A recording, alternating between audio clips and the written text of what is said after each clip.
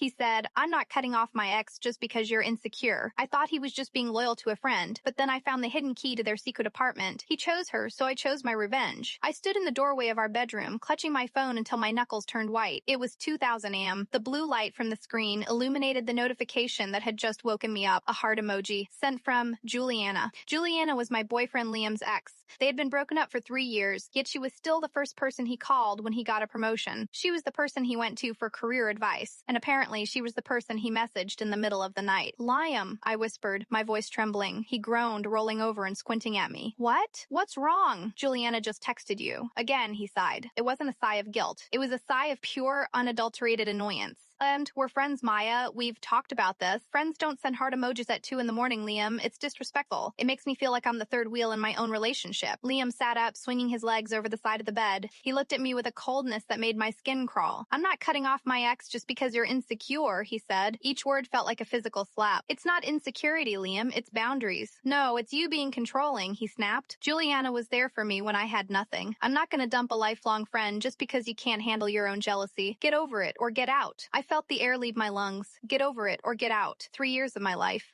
I had supported him while he built his tech startup. I had paid the rent for 18 months so he could focus on his code. And now I was being told I was replaceable. I thought that was the worst part, but I was wrong. Because what I found the next afternoon changed everything. Liam was in the shower. His laptop was sitting on the kitchen counter, still logged in. I know. You shouldn't snoop. But something in my gut was screaming. I opened his browser history, expecting to see work emails or lines of code. Instead, I saw login for a security camera system, a system I didn't recognize. We didn't have cameras in our apartment. I clicked the link. The screen flickered to life, showing a grainy, live feed of a living room. It wasn't our living room. It was a small, chic apartment decorated in shades of gray and blush pink. Juliana's apartment. I felt a wave of nausea hit me. Was he stalking her? But then, the front door in the video opened. Juliana walked in. She wasn't alone. She was holding a set of keys, and behind her walked Liam, the same Liam who was currently singing in our shower. Except in the video, he was wearing a suit I'd never seen before. I checked the timestamp on the recording. It was from yesterday, at 2000 p.m., the time he told me he was in a high-stakes board meeting. I watched, frozen, as he dropped his briefcase, and Juliana handed him a glass of wine. They weren't acting like just friends. They were acting like a couple coming home after a long day. But that wasn't the real secret. I watched as Liam reached into his pocket and pulled out a small black device. He started checking the security sensors around her windows. "Is it safe?" Juliana asked in the video. "It's safe," Liam replied. "Maya doesn't suspect a thing. She thinks I'm just being a loyal friend.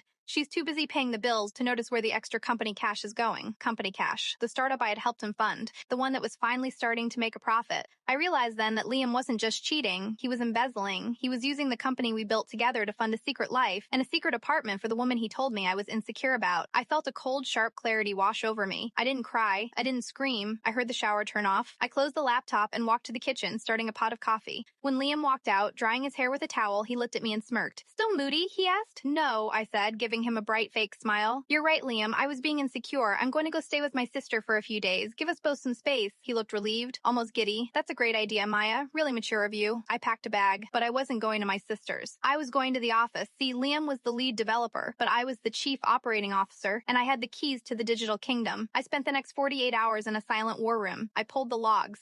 I tracked the wire transfers. He had moved over $200,000 into a shell company, which was used to pay the lease on that secret apartment. I called our biggest investor a woman named Mrs. Vanderbilt, who valued integrity above all else. I showed her the footage. I showed her the bank statements. "What do you want to do, Maya?" she asked, her voice like ice. "I want to take back what's mine," I said. I thought that was the end of the plan, but it wasn't, because I had one more curiosity trigger to pull. I sent a text from Liam's laptop, the one I'd accidentally taken with me. I sent it to Juliana. "It's over. Maya knows everything. I'm leaving the country. Meet me at the private airstrip at 600 p.m. Bring the cash from the safe." I knew there was no cash in a safe, but I knew Juliana's greed. At 5:45 p.m., I was sitting in a black SUV at the edge of the regional airport. I watched as Juliana pulled up in a brand new sports car, likely paid for by my sweat and tears. She looked frantic. She was clutching a designer bag. She waited and waited until another car pulled up. It wasn't Liam. It was the police and me. I rolled down the window as the officers approached her car. The look of pure, unadulterated terror on her face was a masterpiece. "Where's Liam?" she shrieked. "Liam is currently being escorted out of our office in handcuffs," I said, my voice echoing in the quiet hangar. "It turns out, Juliana, that being insecure makes me very good at spotting a thief." "I didn't do anything," she wailed. wailed. "You're an accessory to felony embezzlement," the officer said, opening her car door, "and we'd like to know about that cash you were mentioned in the text." What happened next shocked everyone in the tech world. The startup didn't fold. I bought out Liam's shares for exactly $1 a clause in our contract regarding moral turpitude that he never bothered to read. I rebranded the company. I moved into a penthouse that looked nothing like Juliana's gray and pink prison. A month later, I got a letter from jail. It was from Liam.